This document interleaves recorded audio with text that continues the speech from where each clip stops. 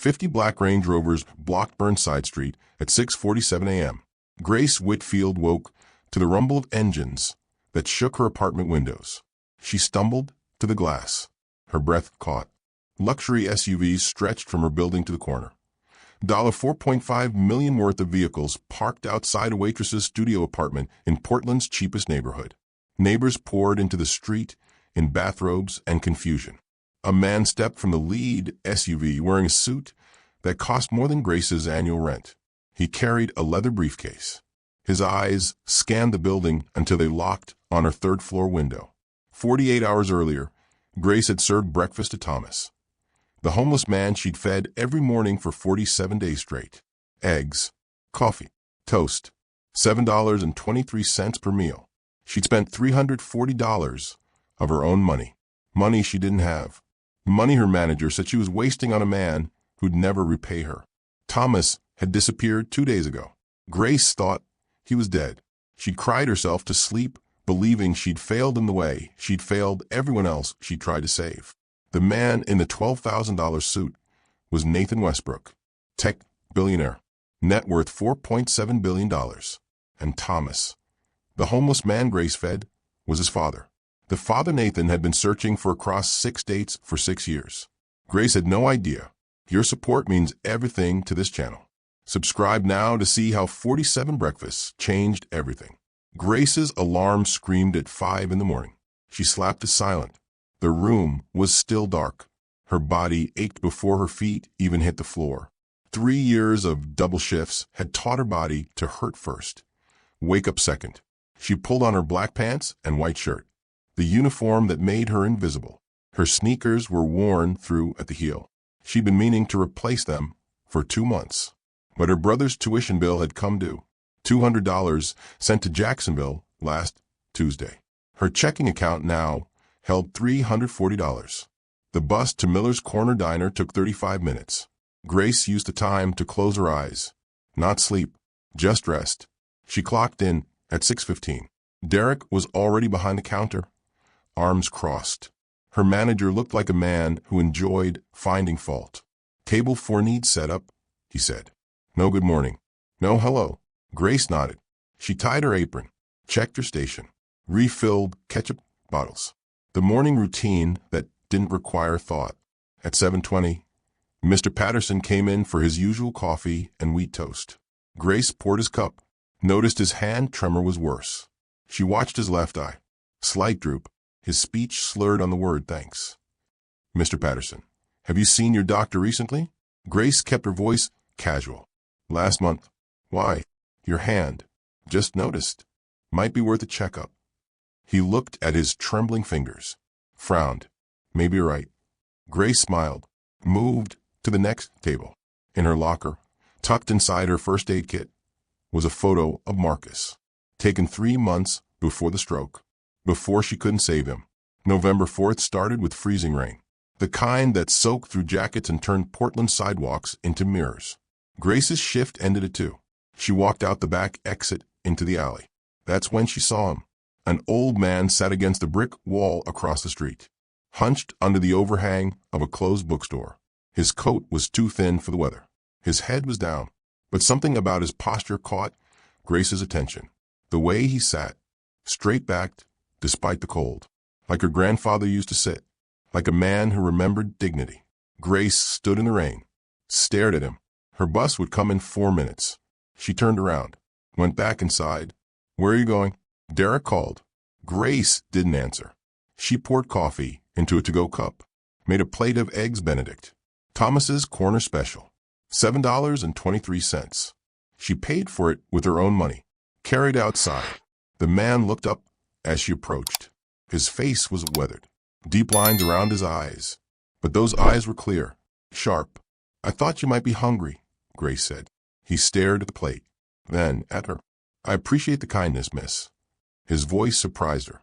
Clear pronunciation. No slur. No mumble.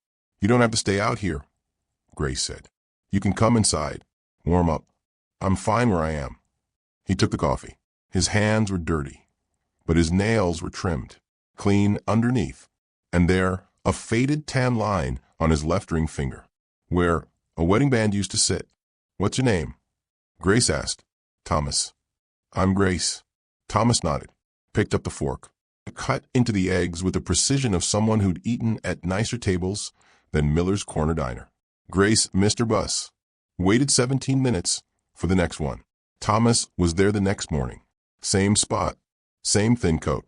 Grace brought him coffee and scrambled eggs. Paid $6.15. Thomas thanked her, asked if she was going to make a habit of this.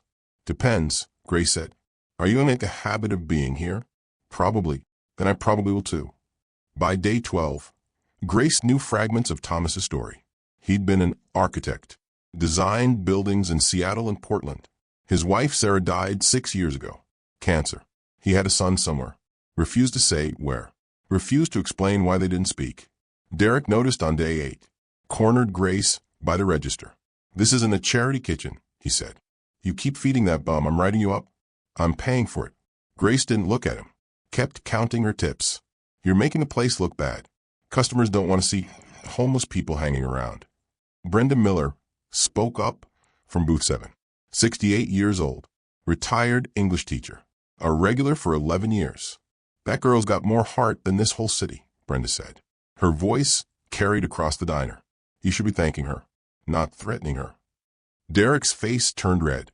He walked away. Brenda caught Grace's eye, nodded. Grace nodded back. That night, lying in her apartment, Grace thought about Thomas's hands. The clean nails, the tan line, the careful way he held his fork. Thomas had been someone once. Someone who wore suits.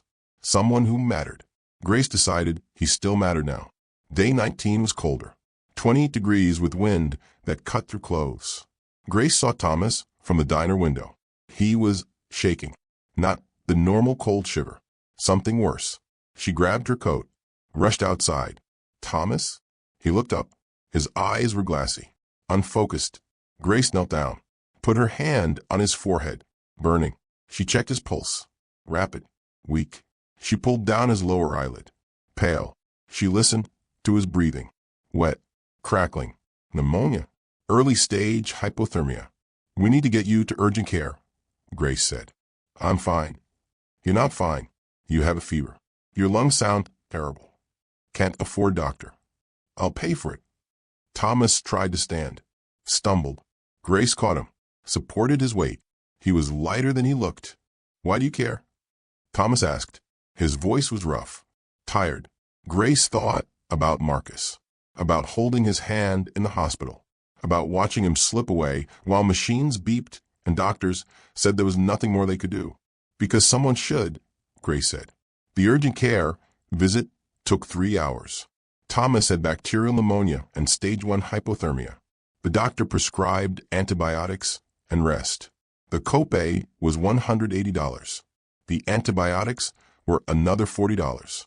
Grace paid with her credit card, the one she'd been trying to pay off for 8 months. Thomas took the prescription bag, looked at Grace, really looked at her. You shouldn't have done that, he said. Probably not. I can't pay you back. I didn't ask you to. They sat in the waiting room. Thomas stared at the floor. Grace stared at a poster about flu vaccines. My son, Thomas said quietly, he measures everything in profit margins. Cost-benefit analysis. Return on investment. He forgot somewhere along the way that people aren't spreadsheets.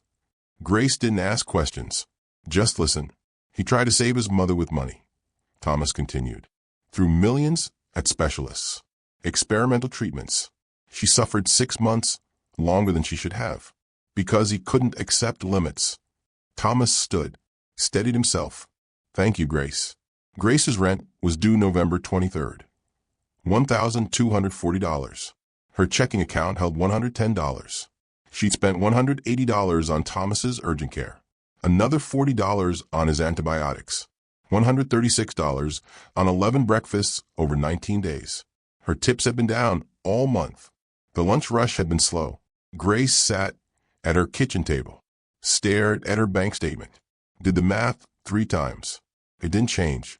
Her phone rang. Her brother Caleb. Hey, Grace. Bad news.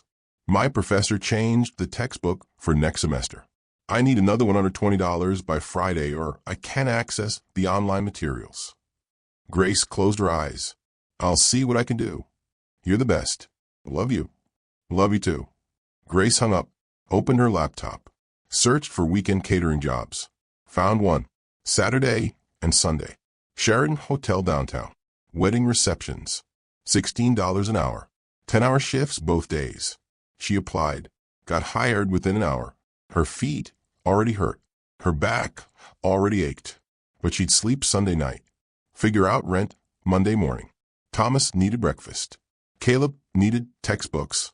Grace needed to stop feeling like she was drowning. But the math didn't work. It never did.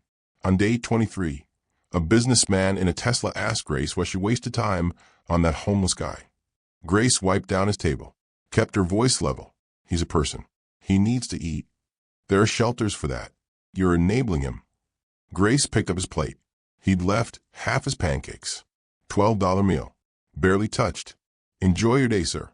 She walked back to the kitchen, threw the pancakes in the trash. Watched good food go to waste while Thomas ate $7 eggs in the rain.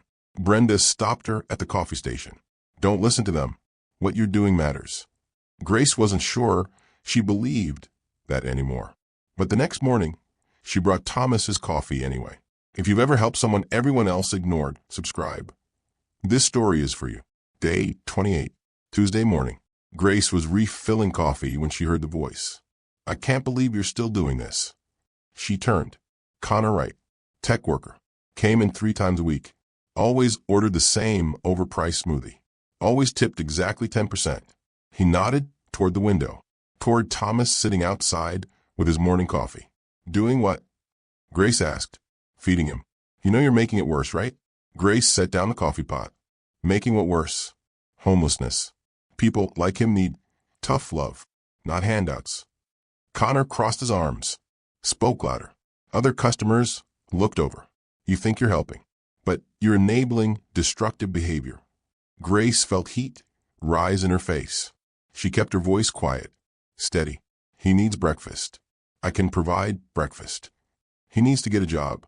Take responsibility. You don't know anything about him. I know he's sitting outside a diner instead of working.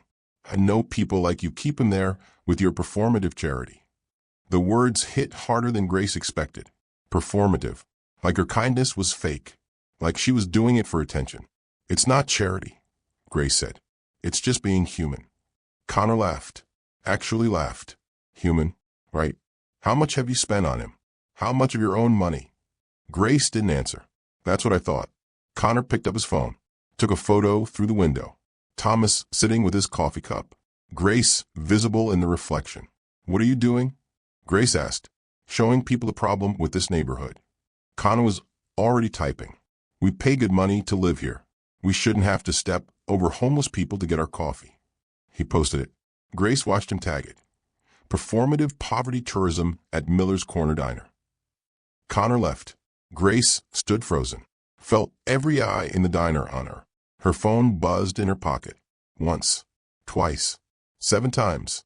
On her break, Grace opened Facebook. Found Connor's post. It had 47 comments already. This is exactly what's wrong with Portland. Bleeding heart liberals making the homeless crisis worse. She just wants attention. Probably posting about it on Instagram. I won't eat there anymore. Place attracts vagrants. One comment from someone named Michelle. I know this waitress. She's always been self-righteous. This is all for show. Grace's hand shook. She put her phone down, stared at the staff room wall. Brenda pushed the door open, sat down next to Grace. Don't read that poison, Brenda said. Little late. People are cruel when they're comfortable. They forget they're 3 bad months away from being Thomas. Grace's throat tightened. She couldn't speak. Day 35 was a Thursday. Grace saw Thomas through the window. He waved, started to stand. Then he collapsed. Grace dropped the coffee pot. It shattered. She ran outside. Thomas was on the ground, eyes open but unfocused, breathing shallow. Grace's nursing training kicked in. She checked his airway. Clear. Checked his pulse. Weak. Rapid. She felt his forehead. Fever again. Worse than before. Thomas, can you hear me? He mumbled something. Incoherent. Grace pulled out her phone. Dial 911. I need an ambulance. Burnside Street, outside Miller's Corner Diner. Male, approximately 70 years old, collapsed, fever, altered mental status, possible sepsis. The operator asked questions. Grace answered while monitoring Thomas's breathing. Derek came outside. What happened? Call the diner. Tell them I'm going with him. Grace didn't look up. The ambulance arrived in 6 minutes. Paramedics loaded Thomas onto a stretcher. Grace climbed in with him. Are you family? The paramedic asked. No, but I'm all he's got. At the hospital, Grace stayed. Gave the intake nurse what information she had. Thomas Westbrook, approximately 70. Homeless. No known allergies. Pneumonia 3 weeks ago. Didn't finish the antibiotics. The nurse looked at Grace. Are you his healthcare proxy? No. Then you'll have to wait in the lobby. Grace waited. 3 hours. 4. She called Derek. Told him she wouldn't make her evening shift. He threatened to fire her. She hung up. At hour 5, a doctor came out. Young. Tired. Are you with Mr. Westbrook? Grace stood. How is he? Pneumonia. Returned. Worse this time. He's severely malnourished. Dehydrated. We're admitting him for at least 3 days. Can I see him? The doctor hesitated. Family only. Please. I'm the person who's been feeding him. He doesn't have anyone else. The doctor studied her face. Nodded. Room 412. Thomas was asleep. 4 in his arm. Oxygen tube under his nose. He looked smaller in the hospital bed. Older. Grace sat in the chair beside him. Watched his chest rise and fall.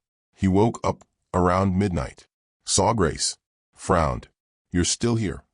Where else would I be? You don't have to do this. I know.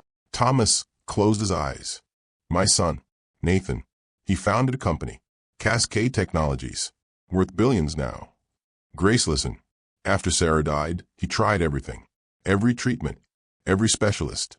Spent $3 million keeping her alive. 6 months passed when she was ready to go. Thomas's voice cracked. She begged me to tell him to stop. I couldn't. He was my son. He was desperate. So you left. I told him his money couldn't save her. That sometimes love means letting go. He looked at me like I'd betrayed him. Thomas opened his eyes. Stared at the ceiling. I walked away. Fell apart. Lost everything. Ended up on the street. By the time I was ready to go back, I was too ashamed. Grace took his hand. Said nothing. He's been looking for me, Thomas whispered. I know he has. Day 40. Thomas was discharged. Grace picked him up at 8 a.m. She'd taken the morning off. Derek had written her up. She didn't care. Thomas walked slowly. Careful. The hospital had given him clean clothes. Donated items. A thick coat. New shoes. They walked to Miller's Corner Diner together. Grace's shift started at 9. Thomas stopped outside. Reached into his coat pocket. Pulled out a folded piece of paper. Someone's been watching me, he said. Grace took the paper. Unfolded it. Patricia Reeves, MSW. Community Outreach Coordinator. 503-555-0147. She came to the hospital yesterday, Thomas said. Ask questions about where I stay, who I talk to, who brings me food. He looked at Grace. I think my son never stopped looking. Grace's heart beat faster. Did you call her? No. Why not? Thomas stared down the street. Look at me. I'm 70 years old, homeless, sick. What kind of son wants to find his father like this? One who loves you. I was an architect. I designed the Columbia Tower in Seattle, the Meridian building downtown. I wore $3,000 suits. Thomas's voice broke. Now I sleep in doorways, beg for change, eat charity food. It's not charity, Grace said. It's breakfast. Thomas almost smiled. You're a stubborn woman. So I've been told. Will you call Nathan? Grace asked. Thomas shook his head. Not until I'm someone worth finding again. Grace wanted to argue, wanted to tell him he was worth finding right now. That love didn't have conditions. That his son had been searching for 6 years. But she understood shame. Understood feeling like you weren't enough. Like you'd failed too badly to be forgiven. I'll keep bringing breakfast, Grace said. Thomas nodded. I know you will. He walked away. Grace watched him go. Pulled out her phone. Stared at the number on the paper. She could call. Tell Patricia where Thomas was every morning. Reunite father and son. But it wasn't her place. Thomas had to make that choice. Grace folded the paper, put it in her apron pocket. Her shift started. She tied her apron, poured coffee, served tables. At 6 p.m., when her double shift ended, the paper was still in her pocket. Day 41. Grace couldn't sleep.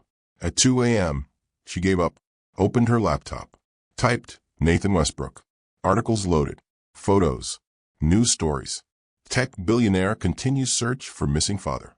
Cascade Technologies CEO offers $500,000 reward. Nathan Westbrook. I won't stop until I find him. Grace clicked the first article.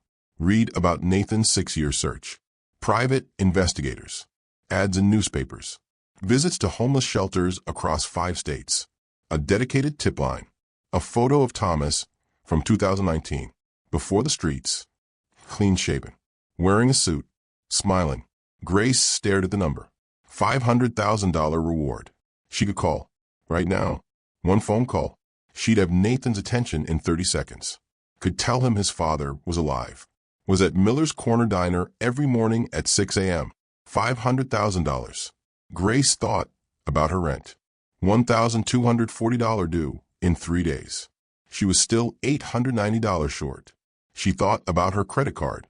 $6,200 balance. $180 urgent care. $40 antibiotics. The balance growing every month. She thought about Caleb, his tuition bills, his textbook costs, the way he said, "You're the best," when she sent money. One phone call. Grace's finger hovered over her phone. She stared at the screen for 11 minutes. At minute 12, she closed the laptop, deleted her search history, put her phone in the drawer, lay in bed, stared at the ceiling. Thomas said Nathan measured everything in profit margins. Saw people as spreadsheets. Maybe Thomas was wrong. Maybe Nathan had changed. Maybe 6 years of searching meant he'd learned. But it wasn't Grace's call to make. Thomas had a right to his own choices, his own timing, his own dignity. Even if that dignity kept him on the street. Even if it cost Grace everything. She thought about Marcus. About the choice she didn't get to make. About how the doctors decided when to stop treatment. How she'd begged for one more day. One more chance. Thomas got to decide his own ending. That mattered. Grace closed her eyes. The $500,000 stayed unclaimed. Day 43. Grace was wiping down table 6 when the door opened. A woman walked in. 40-something. Professional clothes. Tablet under her arm. She ordered coffee. Sat in booth 2. The booth with the perfect view of the street. Of Thomas's usual spot. Grace delivered the coffee. The woman smiled. Thank you. Grace went back to the counter. Watched from the corner of her eye. The woman didn't drink the coffee. She opened her tablet. Started typing. Her eyes kept moving to the window. To Thomas. At 6:45, Thomas arrived.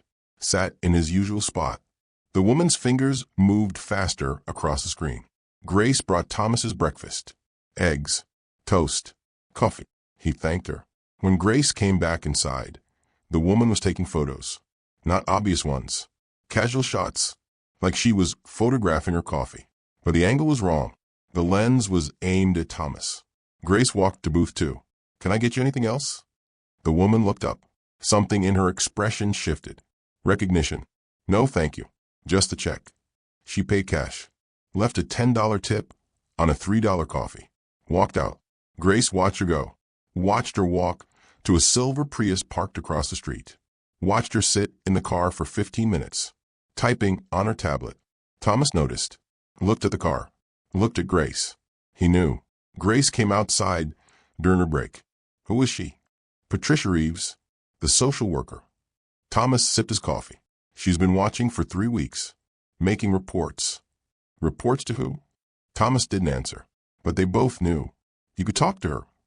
Grace said, tell her you're ready. I'm not ready. You might never be ready. Thomas looked at Grace. Really looked at her. Why didn't you call him? The reward. You know about it. Grace was quiet. Because it's not my story to tell. Thomas nodded. Set down his coffee. That's why you're different. Patricia's car drove away. But Grace knew she'd be back. Day 45. Friday afternoon. Grace was wiping down the counter when Brenda touched her elbow. "We need to talk." "Not here." They went to the alley behind the diner. Brenda's face was serious. The kind of serious that meant bad news was coming. "I know who Thomas is," Brenda said. Grace's stomach dropped. "What do you mean?" "Thomas Westbrook. That's his full name." Brenda pulled out her phone, showed Grace a news article. "My nephew works at Cascade Technologies, the tech company downtown. He told me about his boss, Nathan Westbrook, the CEO, been searching for his missing father for 6 years." Grace stared at the screen, at Thomas's photo from 2019. Clean, healthy, smiling. "Nathan visits homeless shelters every weekend," Brenda continued. "Every single weekend for 6 years. Portland, Seattle, Sacramento, San Francisco. He's desperate. My nephew says Nathan barely sleeps. Works 18-hour days building his company, then spends his weekends searching 10 cities." Grace's hands went numb. Why doesn't Thomas just call him? Pride. Shame. I don't know. Brenda swiped to another article. "Look at this. Nathan's story. His mother died of cancer 8 years ago. Stage 4 pancreatic. Nathan threw everything at it. Every specialist. Every treatment. Spent $3 million. She lived 6 months, longer than doctors predicted. But she suffered. Bad." Grace read the article, saw quotes from Nathan. "I'd give everything I have for one more day with her.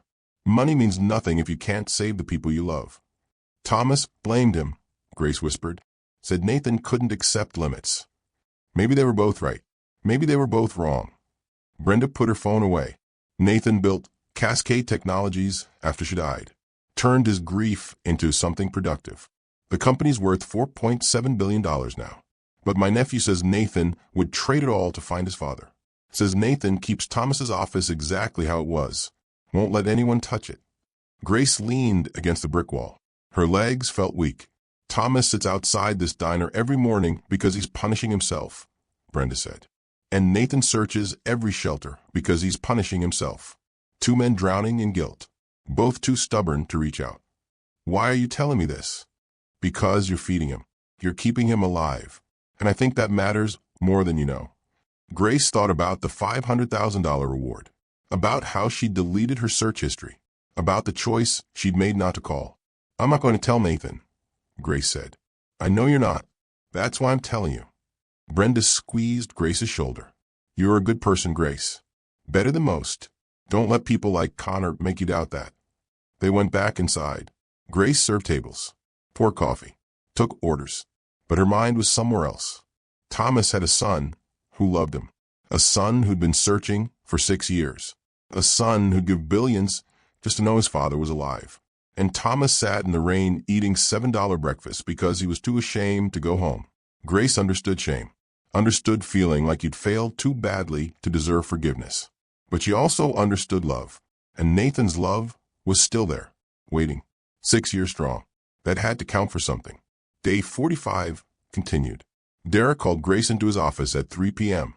He sat behind his desk, arms crossed, face hard. "Sit down." Grace sat. "Corporate did a food cost audit. We're up 14% this quarter. You know why?"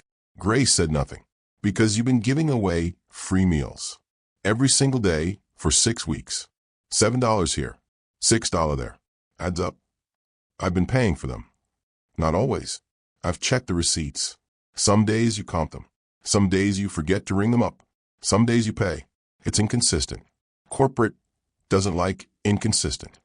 Grace's jaw tightened. "I'll pay for all of them. Going forward, every single one." Derek laughed. Actually laughed. "You make $2.35 an hour plus tips. You're telling me you're going to pay $7 every single morning?" "Yes. That's $210 a month. You can't afford that. That's my choice." Derek leaned forward. "Here's your choice. Those free meals stop today, or you're fired. That's it. That's the choice." Grace calculated silently. She needed this job. Her rent was $1,240. Her credit card was maxed. Caleb's tuition was due next month. She had no savings, no backup plan, no safety net. Thomas needed breakfast. "Deducted from my paycheck," Grace said. "Every meal. Ring it up." Take it out of what you pay me. Derek stared at her. You're serious? Yes. You'll make basically nothing. Your paychecks will be $40, maybe $50 if you get good tips. I'll figure out. This is the stupidest thing I've ever heard. It's my choice, Grace repeated. Derek shook his head, pulled out a form. Fine. Sign this. Acknowledges you're voluntarily deducting meal costs from your wages. When you can't make rent and you're living in your car, don't come crying to me. Grace signed the form. Her hand didn't shake. She walked out of Derek's office, went back to the floor, served table 12, refilled coffee at table 3. Her throat was tight. Her eyes burnt. She just agreed to work for almost nothing, to give away money she didn't have, to feed a man who wasn't her responsibility. Marcus would have called her crazy. Her mother would have called her stupid. Even Caleb would have told her to be practical. But Grace thought about Thomas's hands, the clean nails, the faded tan line, the careful way he held his fork. She thought about Nathan searching shelters every weekend for 6 years. She thought about love that didn't give up. Grace wiped down table 6, smiled at the next customer. Thomas would get his breakfast tomorrow, and every day after that. Day 46, Saturday morning, Grace's day off, but she went to the diner anyway.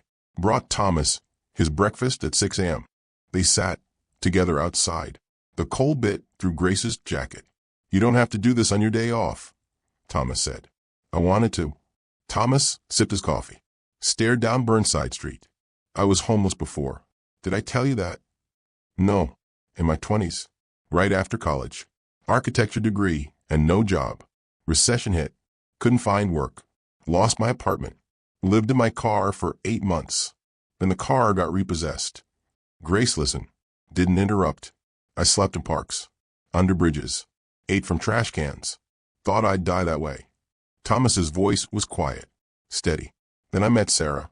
She was a librarian. Found me sleeping in the public library bathroom. Should have called security. Didn't. Brought me coffee instead. Asked if I was okay. Like you and me, Grace said. Like you and me. Thomas smiled. Sighed. She saved me. Got me cleaned up. Let me sleep on her couch. Helped me find work. Believed me when I'd stopped believing in myself.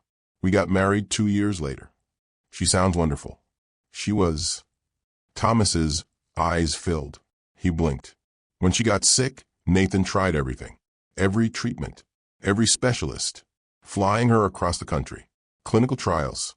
Experimental drugs. She was in so much pain, but he kept pushing. Kept fighting. Couldn't accept that some things can't be fixed with money. Grace's chest ached. He loved her. He did. But love isn't always about fighting. Sometimes it's about letting go. Thomas set down his coffee. I told him to stop, to let her rest. He looked at me like I was giving up on her, like I didn't love her enough. We had a terrible fight at her bedside while she was dying. What did she say? She told us both to shut up, said she wasn't a battlefield, said she loved us both. Thomas wiped his eyes. She died 3 days later. Nathan paid for a funeral that cost $80,000. I didn't go. Couldn't stand to see him throw money at grief. Grace understood. So you left. I became what I was before she found me. Nathan inherited my drive, my ambition, but not my brokenness. He didn't understand that you can't fix people with money, that sometimes the kindest thing is to accept limits. Thomas looked at Grace. I disappeared to prove a point, to show him that wealth is meaningless, that love is about presence, not presence. But I went too far, stayed away too long. Now I don't know how to go back. Maybe going back isn't about being fixed, Grace said. Maybe it's about being honest. Thomas was quiet for a long time. He's been looking for me. Patricia told me. 6 years. Every weekend. Every shelter. He loves you. He loves who I was. The architect. The father who had answers. Not this.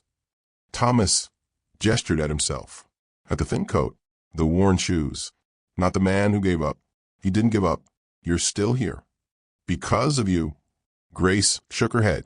Because of you. I just brought breakfast. Across the street, a silver Prius was parked. Patricia Reeves sat in the driver's seat, holding her phone, pointed at them. Thomas saw her, nodded slightly. Patricia's phone was recording. Every word, every moment. She's been watching for a while, Thomas said. I know, she reports to Nathan. Everything I say, everything you do. Grace looked at the car. At Patricia. Good. Then he knows you're safe. He knows someone cares. He knows more than that, Thomas said quietly. He knows you're different. Later that day, Brenda called Grace. I've been writing letters, Brenda said. To the Oregonian, to Portland Monthly, to every local news station. Letters about what? You. Thomas, what you're doing. This is what Portland needs to see. Not another story about tech bros and electric scooters and gentrification. Real humanity. Real kindness. Grace's stomach twisted. Brenda, no. I don't want attention. This isn't about attention. It's about showing people that compassion still exists. Brenda's voice was firm, strong. I've been a teacher for 40 years. I've watched this city change. Get harder, colder. Everyone walks past suffering now. Everyone looks away. You don't. That matters. I'm just feeding someone breakfast. You're doing more than that. You're proving that dignity costs $7. That humanity costs a few minutes of your time. That love doesn't require a press release or a GoFundMe or a viral video. Grace was quiet. I'm not using your full name, Brenda said. Just a local waitress. But the story needs to be told. People need to know this is possible. Grace thought about Patricia, about her recordings, about Nathan watching from wherever he was. The story was already being told, just to a different audience. Okay, Grace said. Write your letters. Thank you. They hung up. Grace looked at the clock. 4:47 p.m. In 13 hours, she'd bring Thomas his breakfast again. If you've been moved by Grace's compassion, subscribe to see how her secret reaches the most powerful man in Portland. Day 47. Sunday morning. Grace arrived at the diner at 5:45 a.m., 15 minutes early. Thomas's spot was empty. Grace waited. 6 a.m. came. No Thomas. 6:15. Still nothing. Her chest tightened. She told herself he was just late. Maybe he'd found shelter somewhere warmer. Maybe Patricia had convinced him to go to Nathan. 6:30. Grace walked to his spot. Looked for signs. His blanket wasn't there. His bag was gone. Panic rose in her throat. She walked 3 blocks east. Checked the park, where homeless people sometimes slept. Thomas wasn't there. She walked to the library. Closed on Sundays. She walked to the bridge underpass. Asked people if they'd seen an older man. Architect. Clean nails. Educated voice. No one had seen him. By 8:30 a.m., Grace's hands are shaking. Her mind kept flashing to Marcus. To the morning she'd found him on the bathroom floor. To the hospital. To the doctor saying, I'm sorry. She'd failed Marcus. She'd failed to save him. Now she'd failed Thomas. Grace went home. Locked her door. Sat on her bed. Called 3 hospitals. No Thomas Westbrook admitted. Called the police non-emergency line. They said they couldn't help unless there was evidence of foul play. Grace hung up. Stared at her phone. She could call Nathan. Right now. Tell him Thomas was missing. Get resources. Private investigators. Search parties. But what if Thomas had left on purpose? What if he'd finally decided to face Nathan? What if Grace calling would ruin that? Her phone rang. Caleb. Hey, I need to talk to you about Christmas break. Can you send? Not now, Caleb. What? Why? I can't right now. Are you okay? No. Grace's voice broke. I'm not okay. What happened? Grace couldn't explain. Couldn't tell him about Thomas.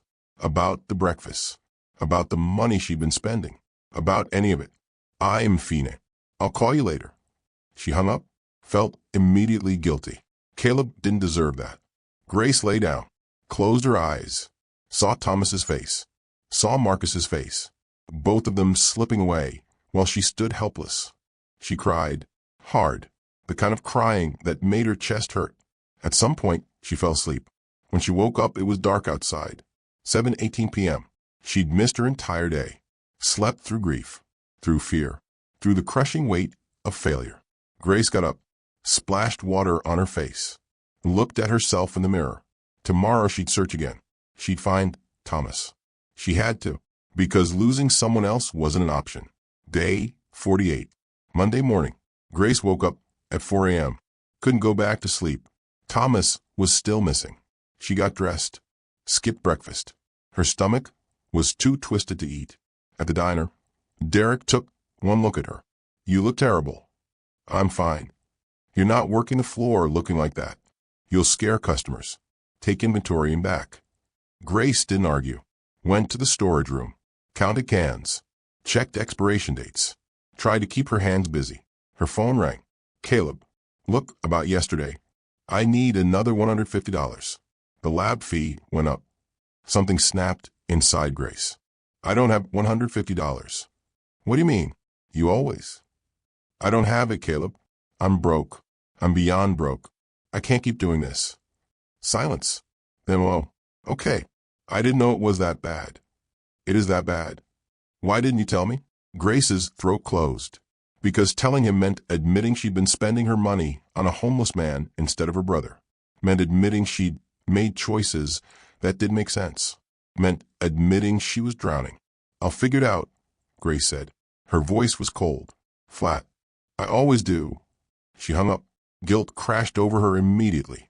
Caleb wasn't asking for anything unreasonable. He was trying to get an education, trying to build a better life. Grace just didn't have anything left to give. She sat on a box of canned tomatoes, put her head in her hands. The storage room door opened. Brenda, honey, what's wrong? Thomas is gone. He didn't come yesterday. He's not answering. Grace stopped. Thomas didn't have a phone. I don't know where he is. Maybe he's okay. Maybe he's somewhere safe. Or maybe he's dead. Maybe he collapsed somewhere and no one found him.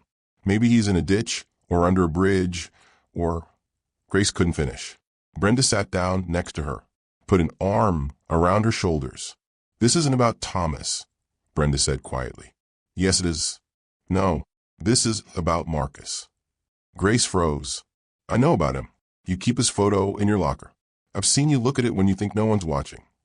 Brenda's voice was gentle. You couldn't save Marcus. And now you think you failed Thomas too. Grace's chest heaved. Tears came. I was a nurse. I should have seen the signs. Should have known. He had a stroke right in front of me. I couldn't. It wasn't your fault. I held his hand while he died, while the machines beeped, while his brain stopped working. I couldn't do anything. You loved him. That was something. It wasn't enough. Brenda pulled Grace closer. Listen to me. You did everything right with Thomas. You fed him. You cared for him. You treated him like a human being. If he left, that's his choice, not your failure. What if he's hurt? Then it's still not your fault. Sometimes people leave, and it's not your fault. Grace's phone rang at 6:20 a.m. on day 48. She was sitting in her apartment, hadn't gone to work. Derek had sent her home, said she needed to pull herself together. Unknown number. Grace almost didn't answer, and something made her press the green button. Hello, Ms. Whitfield. Male voice, deep, controlled. Yes. My name is Nathan Westbrook. I believe you know my father. Grace's world stopped. Everything went silent. She couldn't breathe, couldn't think. Ms. Whitfield, are you there? Yes. Her voice came out as a whisper. My father is safe. He's with me. He's been with me for the last 2 days. Relief hit Grace like a wave. Her knees buckled. She sat down hard on her couch. Is he okay? Grace asked. He's fine. Healthy. Resting. We have a lot to talk about. Him and me. Nathan paused. But first I need to talk to you. Me? Yes. I need to meet you. Immediately. This morning if possible. Grace's mind raced. Why? Because you did something no one else has done in 6 years. And I need to thank you for it. In person. I didn't do anything special. You fed my father every single day for 47 days. You paid for his medical care. You treated him with dignity when everyone else looked away. You asked for nothing in return.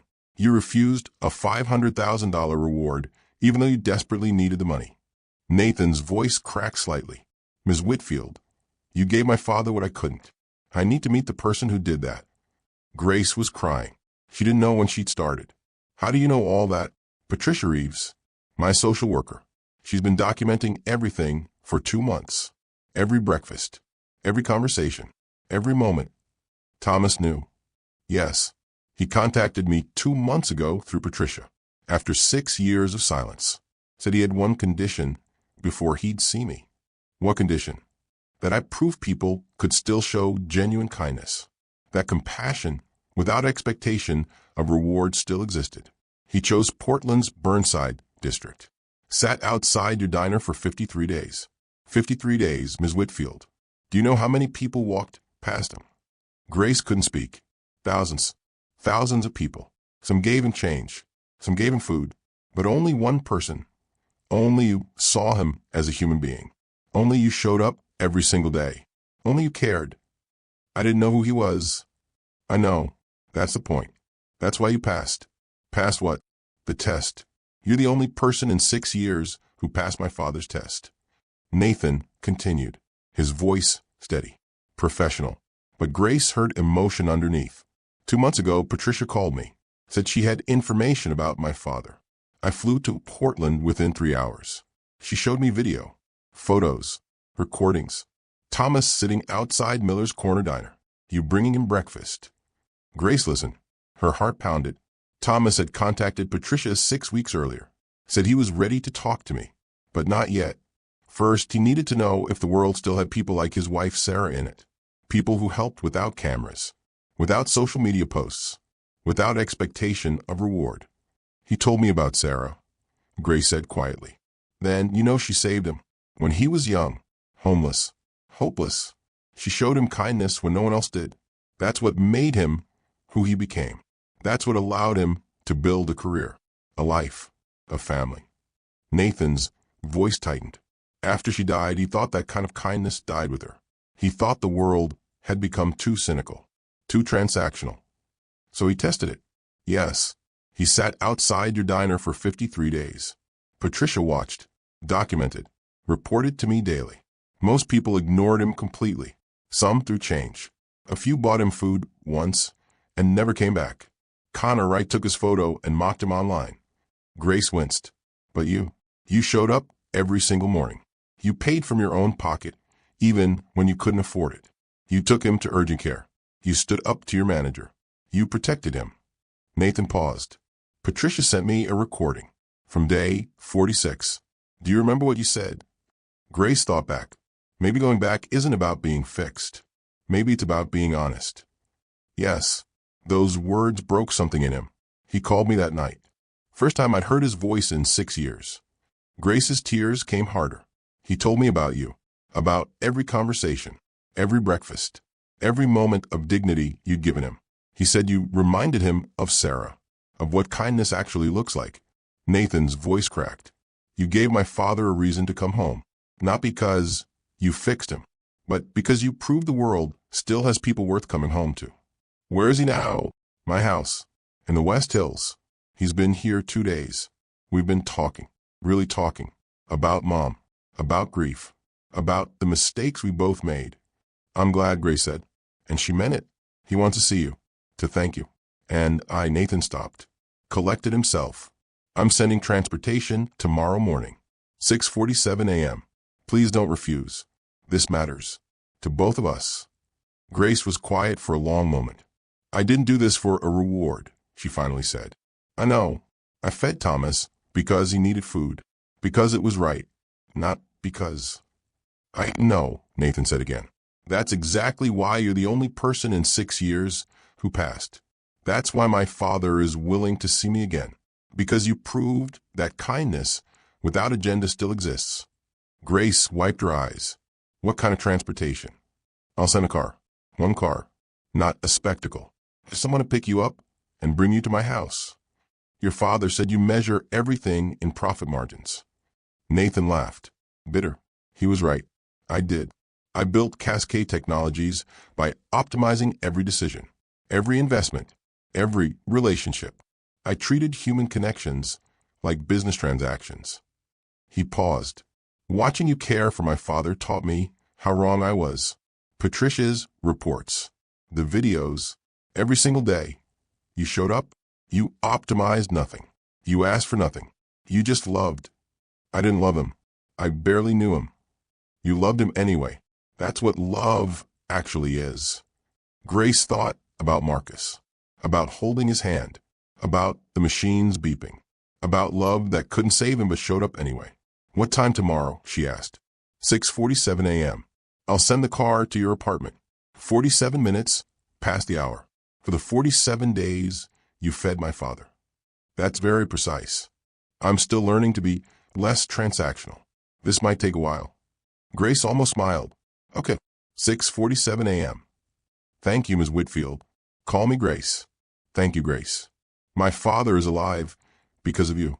My family is healing because of you. I will never forget that." They hung up. Grace sat on her couch, stared at her phone. Thomas was safe. Thomas was home. Thomas was with his son. 47 days of $7 breakfasts had led to this. Grace hadn't claimed the reward, hadn't called Nathan, hadn't done anything except show up. And somehow that was enough. Grace didn't sleep that night.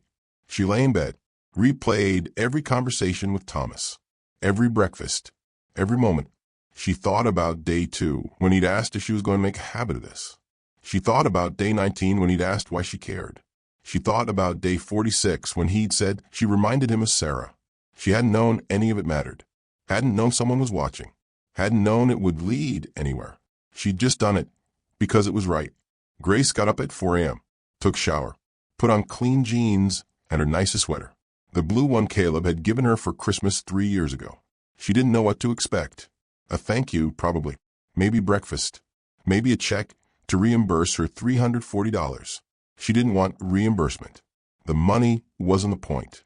But seeing Thomas again, making sure he was really okay, that mattered. Grace made coffee. Couldn't drink it. Her stomach was too nervous. At 6:30 a.m., she looked out her window. The street was empty. Normal Monday morning. A few cars. Early commuters heading to work. At 6:47 a.m. exactly, she heard engines. Grace looked out the window. Her breath stopped. 50 black Range Rovers filled Burnside Street. Luxury SUVs stretching from her building to the corner. For $0.5 million worth of vehicles blocking traffic. Neighbors came outside, stared, pointed. A man in a suit stepped out of the lead vehicle, carrying a leather briefcase. He looked up at Grace's window. Even from 3 floors up, Grace could see he had Thomas's eyes. Nathan Westbrook had come to thank her personally, but he hadn't come alone. Grace walked down the stairs. Her legs felt weak. Neighbors crowded the sidewalk. Phones out. Recording. Pointing. 50 black Range Rovers filled Burnside Street. Every single one identical. Polished. Expensive. The kind of vehicles Grace had only seen in magazines. She wore her waitress uniform. Black pants. White shirt. Worn sneakers. She thought about changing. Putting on something nicer. But this was who she was. A waitress. Someone who served breakfast for $7.23. She wouldn't pretend to be anything else. Nathan Westbrook stood beside the lead SUV. Tall, mid-40s, dark hair with gray at the temples. He wore a suit that probably cost more than Grace's car, but his eyes were soft, kind. Thomas's eyes. Behind him stood a dozen people. Lawyers in expensive suits. A woman with a tablet, Patricia Reeves. Security personnel, all of them watching Grace. The street went quiet. Even the neighbors stopped talking. Nathan walked forward, met Grace halfway. "Ms. Whitfield." "Grace." His voice was steady, controlled, but his hands shook slightly. "Thank you for coming down. You said you wanted to meet me." "I did. I do." Nathan gestured to Patricia. She stepped forward, handed him a leather folder. Nathan opened it, pulled out a piece of paper. A check. He handed it to Grace. Grace looked down, saw the amount. Her brain couldn't process the numbers. $2,350,000. She looked up at Nathan. "I don't understand." $50,000 for each breakfast you provided my father. 47 breakfasts. 47 days. $2,350,000. Nathan's voice was firm, clear. "This is not charity. This is payment for services rendered." I can't." Grace's hands trembled. The check felt heavy. "Impossible. You gave my father 47 days of dignity. 47 days of being seen, of being treated like a human being." Nathan's voice cracked. "I've spent 6 years searching for him. I've hired private investigators. I've visited hundreds of shelters. I've spent millions on the search. And you fed him eggs and coffee. You asked nothing. You expected nothing. You just showed up. Grace couldn't speak. I couldn't purchase what you gave him. I tried. For 6 years I tried. But dignity isn't for sale. Kindness isn't for sale. Humanity isn't for sale. Nathan stepped closer. You reminded my father that the world still has people like his wife Sarah. People who help because it's right, not because it benefits them. Tears ran down Grace's face. She didn't wipe them away. This money is what 47 days of your time is worth to me. What reuniting with my father is worth. What learning that compassion still exists is worth. Nathan looked at the check in Grace's hand. It's not enough. It will never be enough, but it's what I can offer. Grace looked at the check, at the number, at her name written in careful script. $2,350,000. Her rent was $1,240. Her credit card balance was $6,200. Caleb's tuition was $8,000 per semester. This check could solve everything. Every problem, every struggle, every sleepless night. I didn't do it for this, Grace whispered. I know, Nathan said. That's exactly why you deserve it. Grace folded the check, held it against her chest, looked at Nathan. Where is he? Where's Thomas? Nathan smiled, gestured to the lead SUV. The door opened. Patricia stepped forward, opened her tablet. I've been documenting Grace's interactions with Thomas for 8 weeks, Patricia said. Her voice was professional, measured, beginning November 4th when Grace first provided Thomas with breakfast. Patricia swiped through photos. Grace saw herself in every one, bringing coffee, sitting with Thomas, walking him to urgent care, November 4th through December 20th. 47 consecutive days. Grace provided breakfast every single morning. Total personal expenditure, $340. Patricia showed receipts, timestamps, dates. November 19th. Grace took Thomas to urgent care, paid $180 copay, paid $40 for antibiotics, did not ask for reimbursement. Grace's throat tightened. She'd forgotten about that. It had just been something that needed doing. December 8th. Grace's manager threatened termination. Grace negotiated to have meal costs deducted from her paycheck rather than stop feeding Thomas. She chose to work for almost no wages rather than stop showing up. Nathan's lawyers nodded, took notes. December 15th. Grace learned about the $500,000 reward for information leading to Thomas Westbrook's location. She researched Nathan Westbrook, Cascade Technologies, the 6-year search. She sat with the information for 11 minutes, then deleted her search history, never made contact. Grace remembered that night, the laptop screen, the phone number, the choice. Grace Whitfield spent her own money, risked her job, provided medical care, protected Thomas from judgment, and asked for nothing in return. Patricia looked at Grace. In 8 weeks of surveillance, I documented 0 social media posts, 0 photos, 0 attempts to gain recognition or reward. Grace told no one except her co-worker Brenda. Nathan spoke. The world calls this exceptional. I call it what my father needed to remember. Basic human decency still exists. One of Nathan's attorneys stepped forward. We verified every detail. Financial records, medical receipts, employment records, witness testimony from Brenda Miller and other Miller's Corner Diner staff. Everything Patricia documented is accurate. Grace Whitfield showed my father dignity when thousands of people walked past him. Nathan's voice was steady now, strong. She proved that kindness without expectation of reward is possible, that love without transaction is real. Grace looked at the tablet, at the photos of herself. She barely recognized the woman in the pictures. That woman looked tired, worn down, but determined. That woman had shown up every single day. I wasn't trying to prove anything, Grace said quietly. He needed breakfast, and I could provide breakfast. That's the point, Nathan said. You didn't do it to prove anything. You did it because it was right, because he was human, because showing up mattered. Patricia closed her tablet. 47 days of documentation, 47 days of consistent, selfless compassion. No other person in our surveillance period demonstrated this level of sustained humanity. Nathan looked at Grace. You're different, and my father is alive and home. Because you're different. The door of the lead SUV opened fully. Thomas stepped out. Grace's breath caught. He was clean-shaven. His hair was trimmed. He wore a simple flannel shirt, jeans, regular shoes, not expensive clothes, not a suit, just normal clothes that fit him properly. But it was his face that made Grace cry harder. He looked healthy, rested. His eyes were clear, bright. He looked like the man Grace had imagined he'd been before. Before the grief, before the streets, before the loss. Thomas walked toward her, slowly, carefully. Grace met him halfway. They stood 3 feet apart, just looking at each other. Hi, Grace said. Hi, Thomas said. Then he opened his arms. Grace stepped into them. Thomas held her tight. She buried her face in his flannel shirt and sobbed. Thank you, Thomas whispered. Thank you for seeing me.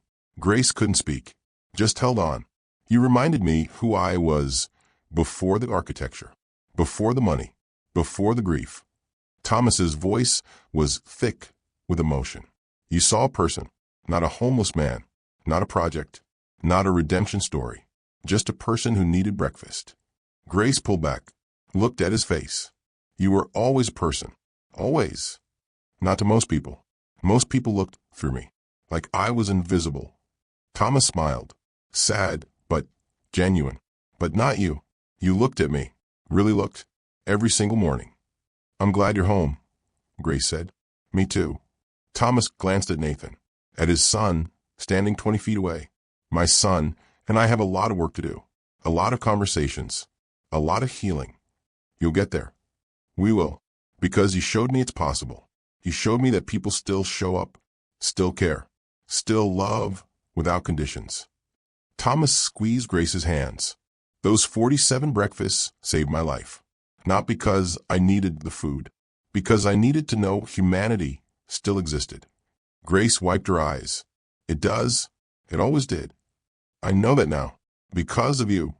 Thomas hugged her again, then stepped back, returned to Nathan's side. Father and son stood together. Nathan put his arm around Thomas's shoulders. Thomas leaned into his son. They were still broken, still healing, but they were together, and that was enough.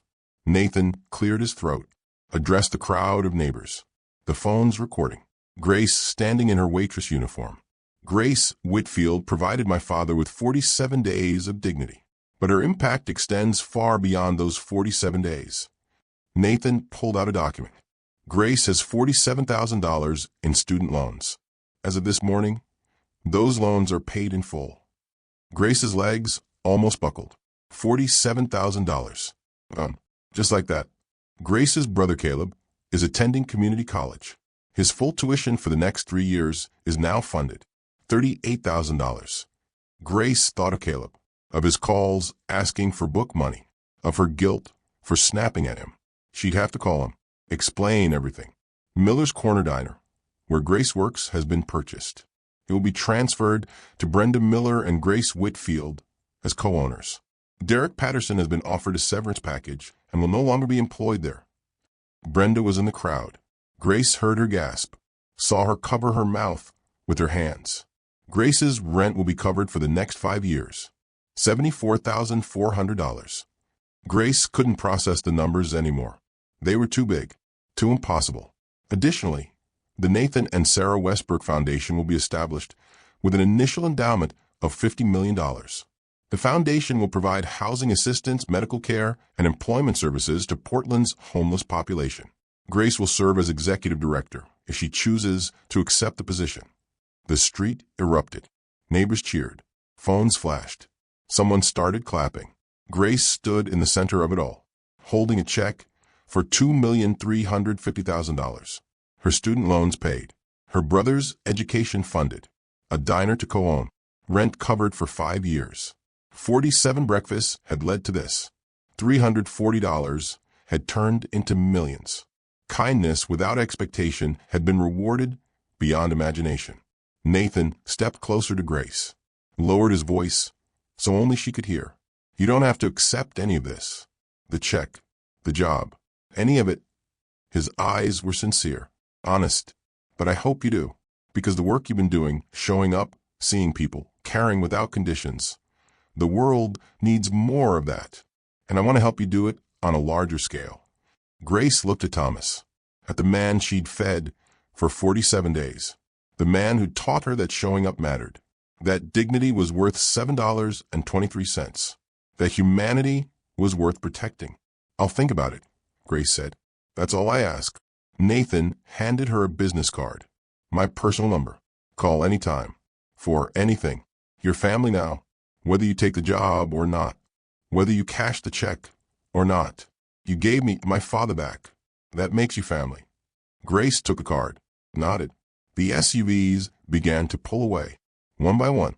50 vehicles, leaving as dramatically as they'd arrived. Thomas waved from the lead SUV. Grace waved back. When the street was finally empty, Grace stood alone, holding a check, holding a business card, holding the weight of 47 days of breakfast.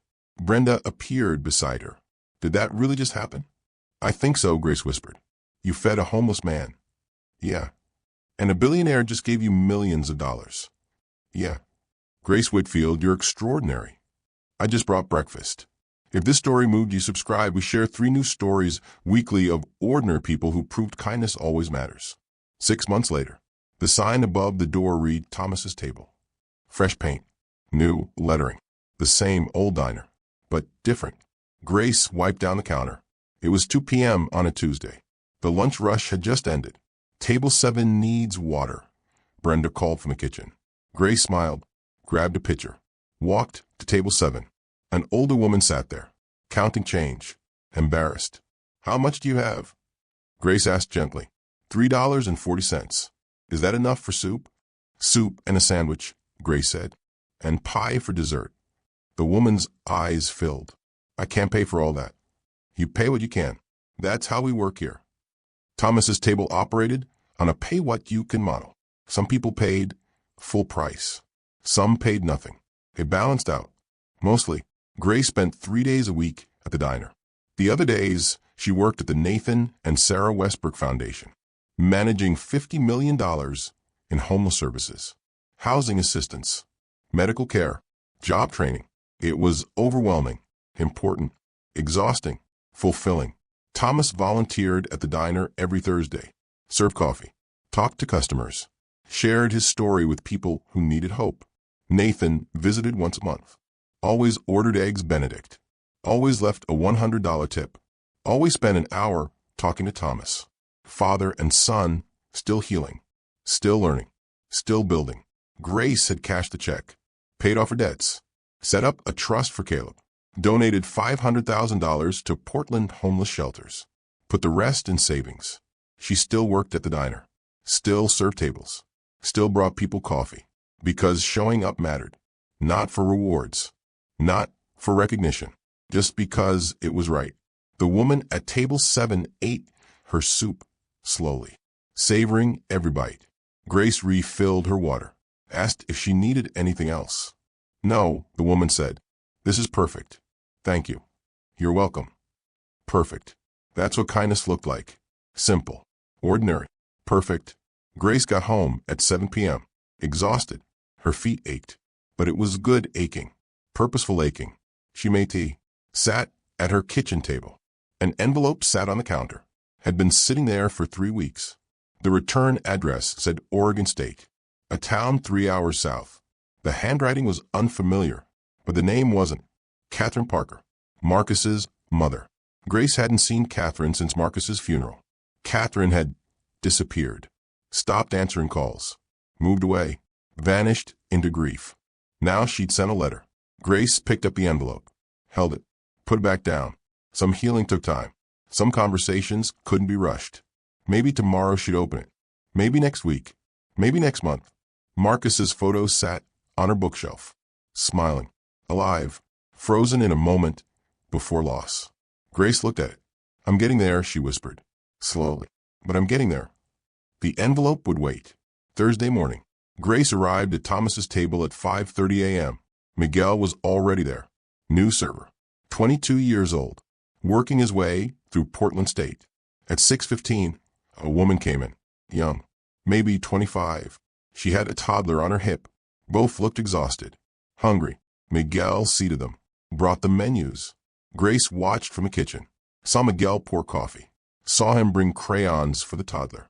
The woman ordered water and toast. The cheapest items on the menu. Miguel wrote it down.